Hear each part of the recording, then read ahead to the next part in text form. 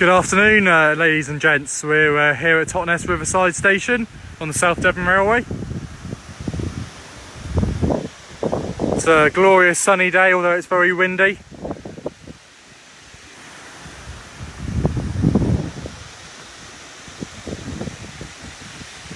So we'll just wait for some more people to join us before we get started. We've got Alan and Chris here today to talk you through the station and talk about some of the history. And we've got our chairman John Morton here helping us with the auto queue as well. So we've just done our security walk here at Totnes. Everything's in good order. We've made sure everything's locked up again, and we're ready to talk you around. So I'll walk over to Alan now. Because it's so windy here today, we will be keeping the phone towards Alan, so you might not be able to see him, but you will hopefully be able to hear him. So good afternoon, Alan. Good afternoon. There obviously are some benefits to the wind then, you can't see me good. Well, good afternoon everyone. I hope that you enjoyed last week's broadcast and the stories with the Fat Controller. You're back onto history this week. We're going to take you through a little bit about how this station came to be. Once upon a time, where we are now standing, this was a farm field. We'll show you in a moment how close we are to the main line from London to Penzance, and we'll go up and have a look at the station itself. But this is now the footpath, the public entrance to the station. So let's walk up towards the building. The building itself is relocated from Toller in Dorset. The little village of Toller Porcorum in Dorset, the Great Western didn't like double-barrelled names to a large extent, so it was named Toller. Name. And this afternoon we're going to talk about how that building was purchased from British Railways way back in 1981 for the princely sum of £500, dismantled piece by piece and brought down here. Good afternoon, Matt Jackson, Andy Stokes, Lee Abbott, Charlie Greasley. All volunteers. Hopefully you'll be back with us volunteering before very long. We really are hoping that very soon, possibly even this week, we will be getting information out about how the volunteers can come back on the various groups. And someone's asking, Carol is asking, are you taking new volunteers? Yes, we very much are. If you'd like to get in touch with us, either through Facebook, through Messenger, we'll get in touch with you and tell you, or you can go onto the website, and on the website you will find out how you can become a volunteer and the necessary details. So do that by all means. Okay, thanks for the compliments about the videos. We are trying them as a way of keeping people involved. Let's walk up to the station and have a look at the building in more detail. Now, as we go, you can see Chris is going to be talking to you shortly about the booking office itself and how the procedures work. He's here as the station master this afternoon to keep us in order. Hopefully you can now see a little bit more of the building itself. The brickwork was replaced when it came down here. We didn't actually recover the bricks from Toller, but all the timber work was recovered and refurbished at the joinery works in Exeter on our behalf. Now, the platform, nothing existed here at all. The platform was built before we started, but we had to actually dig all the foundations by hand because it was, at the time, it was impossible to get machinery in. We had to bring all the materials in by rail and shovel it out from wagons by hand. All the aggregate, the bags of cement were taken out all by hand. It was a long job, and just as it's windy today here, Totnes is famed for the wind here, and at times when it was pouring with rain, I can assure you it was very wet indeed, horizontal rain. Hello to Jamie Brooker from Swindon Panel and Chris Stutton from Bodmin. Welcome to you both. Michael Evans and Shirley Lawrence too. Right, so that's the building here, and it was built originally at Toller on the Bridport branch, which went from Maiden Newton to Bridport in Dorset. It was a small wayside hall, and during its lifetime it probably saw a fraction of the customers, well, when we're operating normally, certainly a fraction of the customers that we see today. But let's actually walk up onto the platform proper, and you'll begin to get an impression of just how close to the main line we are. And we can also look at the building in more detail.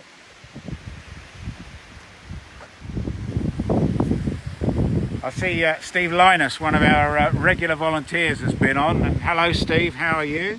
Afternoon, Steve. Chris this afternoon as well. He's complimenting you, Chris, on how smart you're looking. Right, let's move up here, and you can see if our cameraman just panned around, you can see the main line and the proximity to it, and also the main line connection, which we still have. I'll try and follow around, so I'll follow the microphone. So the main line connection is fully signalled onto the main line, and in fairly short order we will be connecting it to our own signal box here at the other end. So it will be, all moves will be fully signal controlled. Now you can see the station itself. The building, which Chris will describe the actual building itself and how the rooms are located, but all of this has been built from scratch. The paving bricks on the platform were recovered from Ivory Bridge, also in Devon of course, so relatively local for the buildings that we've got here. Hello Mark Hayes, thank you for the compliments, and Cameron Clanton from Spa Valley and What we've tried to do with the station here is actually, because it is a completely new station, we have tried to acquire buildings and artefacts from all over the place, obviously of Great Western origin as far as we can, so that we can rebuild the station to make it look Great Western. In fact, a lot of our visitors don't realise that it was never here until the 1980s, which is when it was actually rebuilt here. We recovered it in 81, and throughout the 1980s all of this building work went on, mainly with just weekend working parties. So we'll carry on a little bit further because we'll describe each of these buildings in turn. This is obviously, I say this is the main station. Now the next building just coming into view is known to us as the Bovey Hut. Now that building was originally at the station in Bovey Tracy, and that's another Great Western station that the Great Western Railway truncated the name to just Bovey.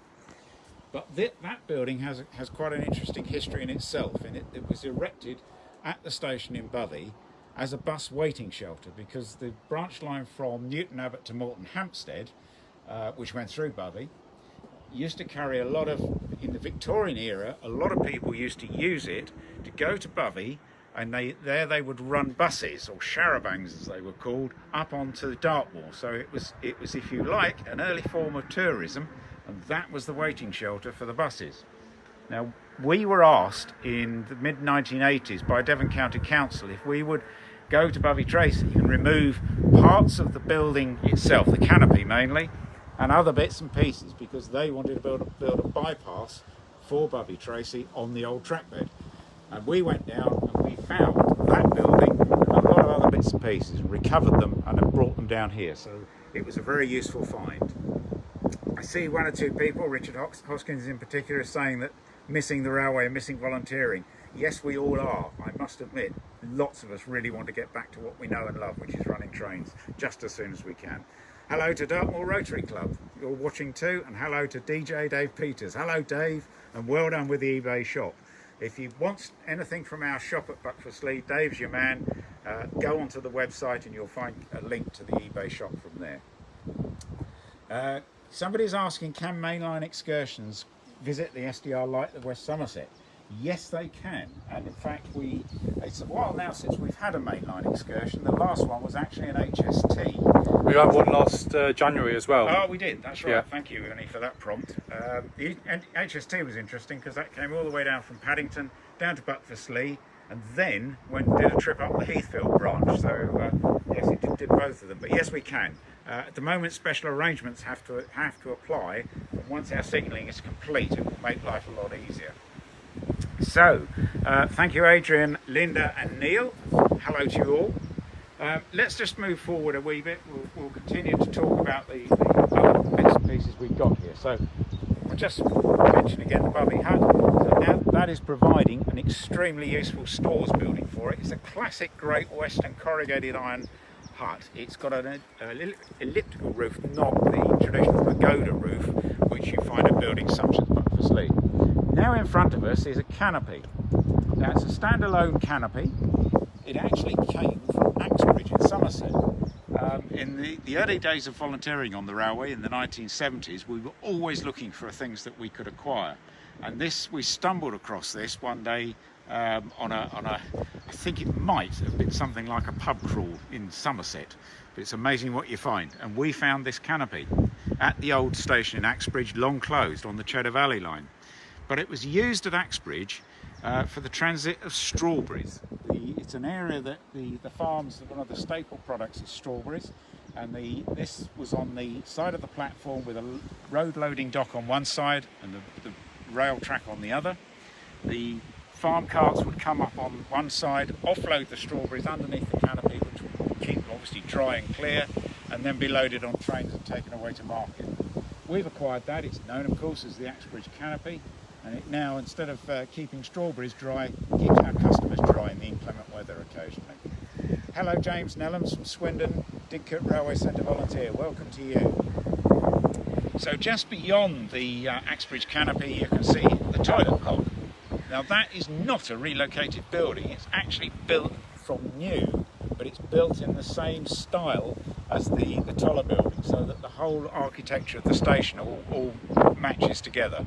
That was built by a contractor, to be fair, but nonetheless they did a pretty good job of it. You can't actually see it from here. If there's time later, we'll go up to the end of the platform, but the signal box is recovered from actually originally Cradley Heath, went to Tyseley Depot. They then decided they didn't need it, Tyseley Museum, and it came to us in the end. So it now forms a very good function for our signal box here. So that the one other thing to point out, it's actually called Ashburton Junction Signal Box, because where the original Ashburton branch, which is now the South Devon Railway, joined the main line here behind us. If we just swing round past Chris, you can see where the junction of the branch, where our connection joins the main line, that is Ashburton Junction. When the railway was first built back in the 19th century, there was a signal box actually at the junction, but it then was controlled from Totnes main line, and then now of course it's controlled from Exeter Panel. However, the name Ashburton Junction, we decided to perpetuate that in calling our signal box Ashburton Junction Signal Box. Right, I think I've been speaking for long enough, and I think it's about time we went back towards the station building, and we'll introduce you to Chris Mackenzie-Thorpe, who's going to take you through the booking offices and how they work. Thanks, Ricky, for your comments too, Ricky West. It's good to hear from so many people, and as I've said before, we really do want to see our volunteers back, and more importantly, we want to see the visiting public back as well. Right, we're now going into the station building, and Chris, it's over to you to talk us through what's here. Thank you, Alan. Yes, as some of you know me, I'm Chris. I'm the station master here from time to time, or booking office clerk, or general factotum. And we're standing in the station building from Toller, which Alan has described. It consists of 3 rooms. It was built, by the way, in 1904, so it's well over 100 years old. The room we're in, obviously, is the waiting room. Very much as it would have been in the time that it was operating in Dorset. The little room next door, which we now call the station master's office, it's got one toilet, it's got the sort of washing stuff. That was the ladies' waiting room, because back in the day, ladies had a separate waiting room and a separate toilet. Gents had to make do with a corrugated building on the platform. So this is the building. One thing that perhaps Ernie will just look at is the number of awards that this station and this building has won. The top one is the Keith Linworth Valley Award, a long time before my time. Next one, the Great Northern and Eastern Railway Volunteers Award. We're still going, they went bust. 2006, I remember going to collect that. And lastly, and probably the biggest, is the Heritage Railway Award, the Interpretation Award, which comes not actually only in the station, but our Rare Breeze farm next door, because they felt it made a real destination for everybody. Just while you're here, if I could just chip in and say that the fireplace here, which is a cast iron, genuine Great Western Railway fireplace, was discovered in a car boot sale and is believed to come from the old station at West Ealing, just outside London.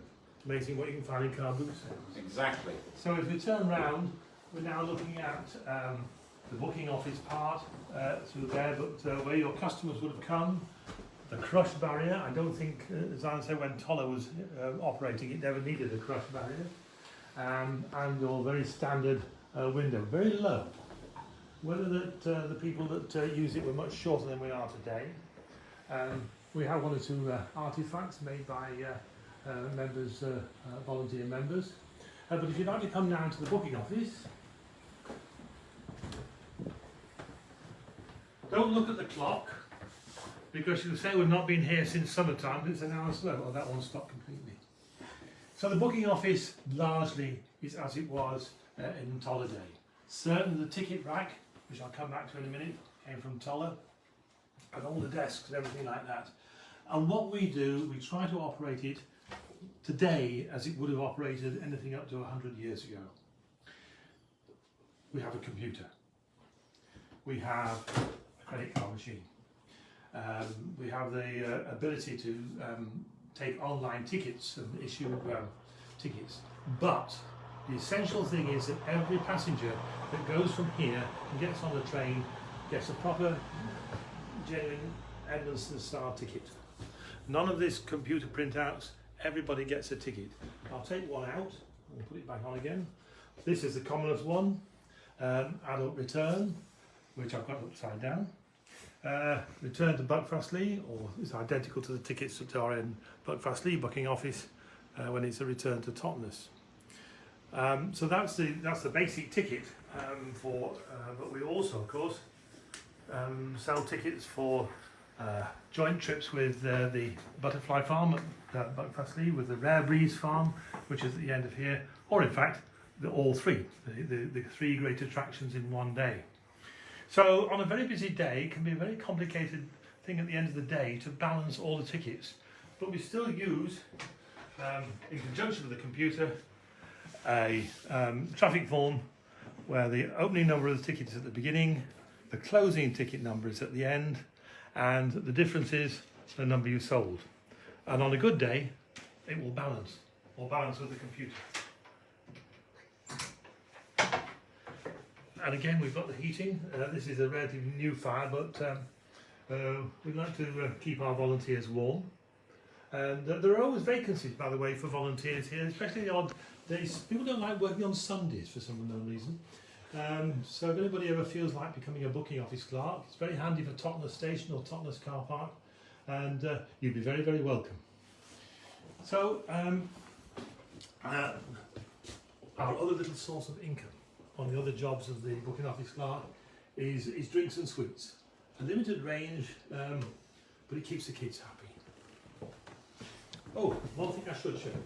I nearly forgot about it. Another relic. That is an old ticket date stamping machine, which how it works. You get your ticket, you put it in the slot, you push that, and it prints the date on the back. Still says the 18th of March 2020, which tells you something. And that's something else that has survived over the years. In fact, at one stage on the front it used to say year 2K compliant. The other duty here, of course, is the station master. And it's the station master's responsibility for looking after the trains, looking after the passengers, welcoming the passengers, singing them onto the train, and eventually liaising with the guard and the train staff to dispatch the train. Now, I'm just going to put my hat back on, because I'm now going to take you to something completely different. If you'd like to follow me, Ernest, we're going to look at, we've got a number of wagons on top of the station, which we've restored, repaired, we maintain, don't all belong to us. But I'm going to show you probably what is the most interesting vehicle, and that is this long brown vehicle, which you can see on the bottom says Monster, number 594.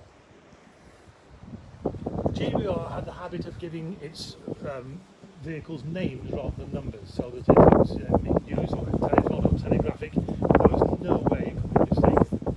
And because of its size, these are called Monsters. And they were built, this was built in 1923 as a scenery.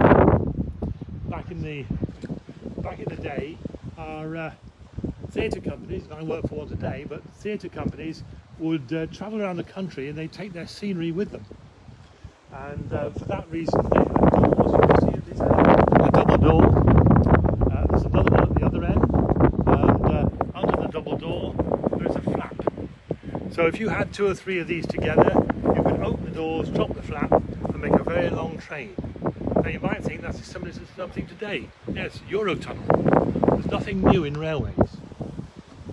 But the real history of this vehicle starts in 1944, just before D-Day. The southwest of England, South Wales, and along the southern coast was where all the preparations were taking place for D-Day. D-Day. The Great Western Railway and others were asked by the government to provide a train for the use of the generals who were travelling up and down reviewing the various preparations for D-Day, and one of those generals included Dwight D. Eisenhower, eventually Supreme Commander.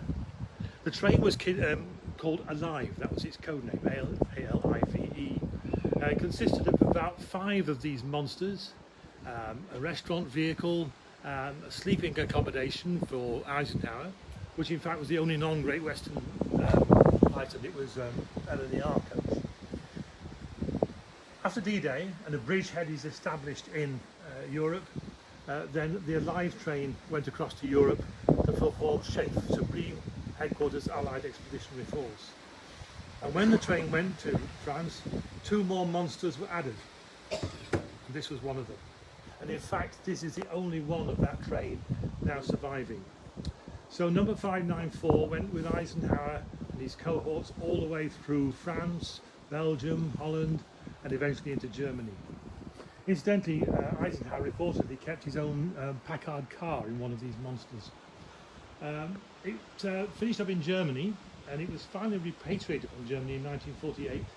Spent many years in South Wales as part of British Steel as a stores wagon, rescued by another group of railway enthusiasts, and restored at Buckfastleigh, and then continued restored by us. It is an ongoing process.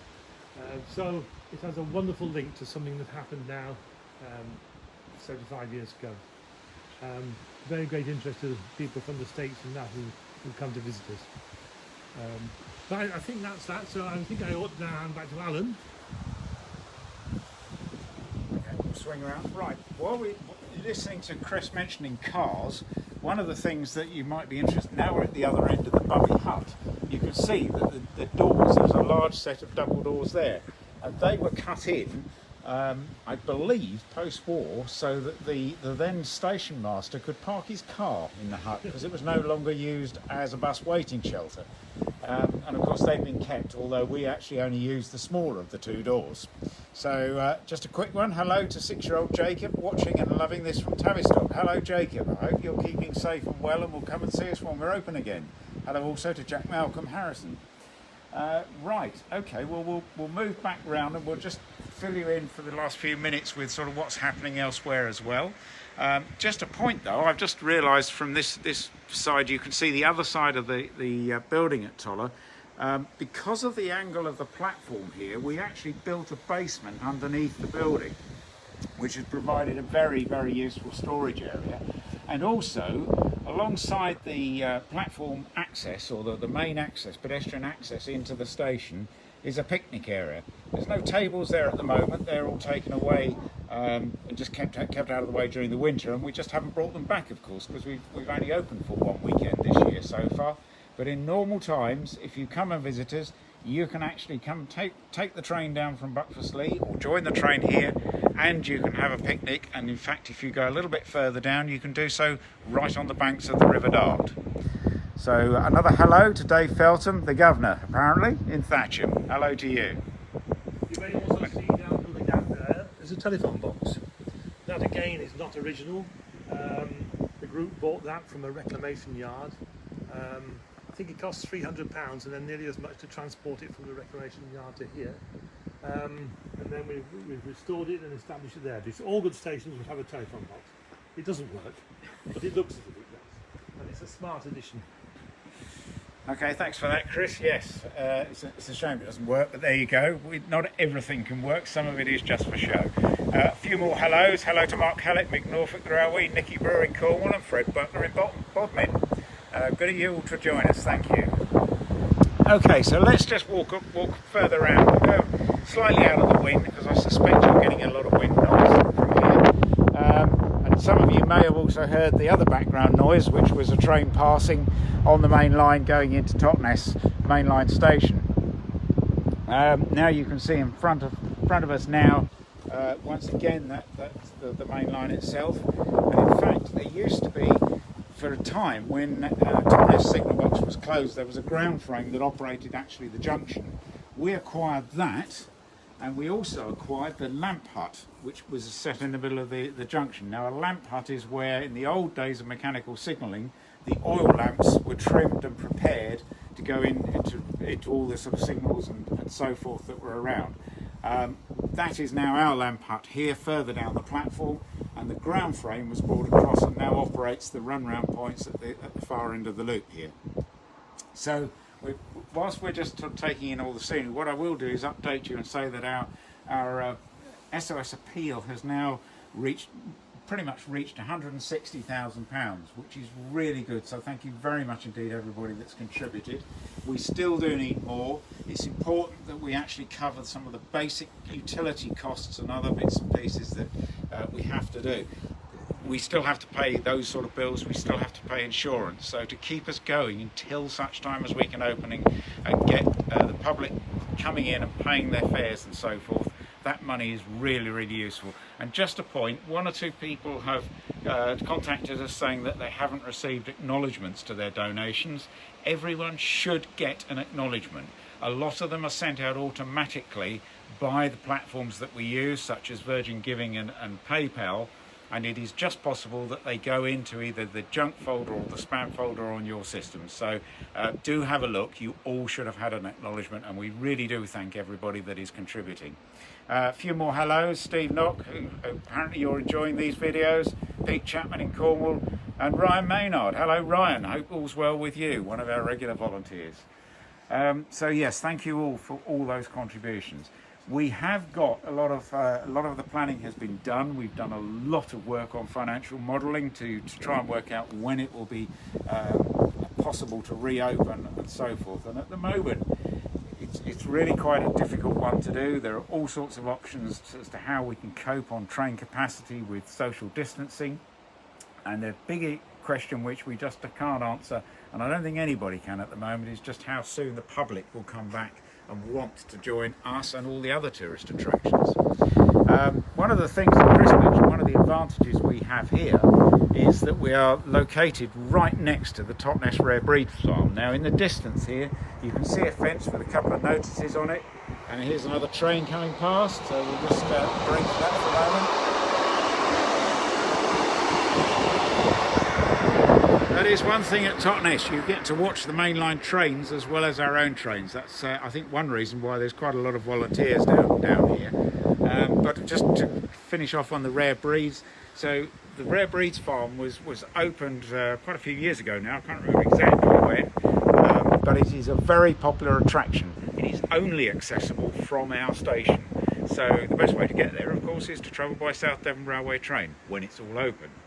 But it's very popular with families, and it helps us and it helps keep the Rare Breeds Farm alive.